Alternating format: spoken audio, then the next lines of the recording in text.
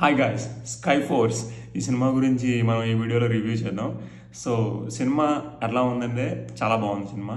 So డెఫినెట్గా థియేటర్కి వెళ్ళి చూడాల్సిన సినిమా. ఎస్పెషల్లీ ఈ January 26 అనే ఏదైతే అకేషన్ ఉందో, మనకి రిపబ్లిక్ డే కదా, ఈ అకేషన్లో థియేటర్లో చూడడానికి పర్ఫెక్ట్ సినిమా అనమాట. మీలో కూడా దేశభక్తి అలా పొంగుతుంది.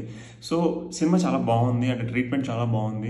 చాలా ఏళ్ల నుంచి బాలీవుడ్ మీద వస్తున్నటువంటి విమర్శలు ఏంటంటే, వాళ్ళు రియల్గా అంటే రియల్ స్టోరీలు తీసుకున్నా కూడా అందులో అనవసరమైనటువంటి పాటలు, లవ్ స్టోరీలు, కామెడీలు, లేకపోతే cinematic over expressions, over emotions ఇవన్నీ డంప్ చేసి ఆ సినిమా స్టోరీని అంతా చెడగొడుతూ ఉంటారు. Like for example last year వచ్చినటువంటి ఫైటర్ సినిమా చూసుకోండి.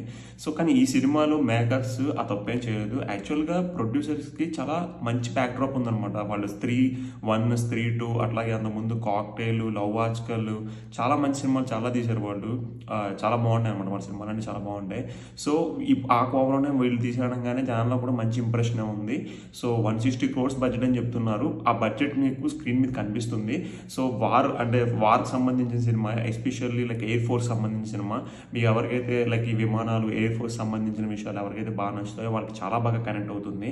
అండ్ డైరెక్టర్, అట్లాగే స్క్రీన్ ప్లే, అలాగే ప్రొడ్యూసర్స్ వీళ్ళకి 100కి 100 మార్క్స్ ఇవ్వచ్చు. చాలా కాంపాక్ట్గా జరిగింది ఇది అని చూపించడానికి చేశారన్నమాట ప్రయత్నం. అనవసరమైన పాటలు ఉండవు, కామెడీ ఉండదు, లవ్ సీన్స్ ఇట్లా ఏమీ ఉండవు. బట్ సినిమాలో ఉన్న చిన్న మైనస్ పాయింట్ ఏంటంటే, ఆ సెకండ్ రోల్ ఎవరైతే ఉంటుందో ఆయన ఆ క్యారెక్టర్కి అంతగా మ్యాచ్ అయినట్టుగా అనిపించదు. ఆయన తప్పించి ఇంకొకరిని పెట్టుంటే ఇంకా బాగుండేది. అండ్ వైఫ్గా నటించినటువంటి సారా అలీ ఖాన్, సైఫ్ అలీ ఖాన్ కూతురు, ఆమెకి ఆ గెటప్ ఎందుకో నాకైతే అది అంత సెట్ అయినట్టు అనిపించలేదు. ఆమె ఎక్స్ప్రెషన్లు కూడా పెద్దగా ఏం పలికించలేకపోయింది. అక్షయ్ కుమార్ కూడా యాజ్ యూజువల్ అన్ని సినిమాలు చేసినట్టే ఇందులో రొటీన్గా చేసుకుంటూ వెళ్ళిపోతే తప్ప స్పెషల్గా మార్క్ ఏం లేదు. బట్ స్టోరీ మాత్రం చాలా బాగుంది. అండ్ స్క్రీన్ ప్లే అంటే ఎందుకు ఇంతలా చెప్తున్నానంటే, ఈ మధ్యన వచ్చిన సినిమాలన్నీ మీరు చూస్తుంటారు కదా, లైక్ ఈ సినిమాలు 2.5 గంటలు ఉండాలి, 3 గంటలు ఉండాలి అనేటువంటి ఒక కొలమానం పెట్టేసుకొని అనవసరమైన సీన్లన్నీ పెట్టి బాడీ చేస్తూ ఉంటారు. సో ఈ సినిమాలు అటువంటి ఏమీ చేయలేదు.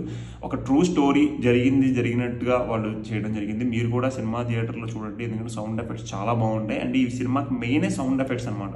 ఈ సినిమా ఖచ్చితంగా థియేటర్లోనే చూడాల్సినటువంటి సినిమా. మీకు హిందీ అర్థం కాకపోయినా పర్లేదు, సినిమా అర్థమవుతూ ఉంటుంది. కింద సబ్ టైటిల్స్ కూడా వస్తుంటాయి. యూ కెన్ మేనేజ్, మీకు అర్థమవుతుంది సినిమా.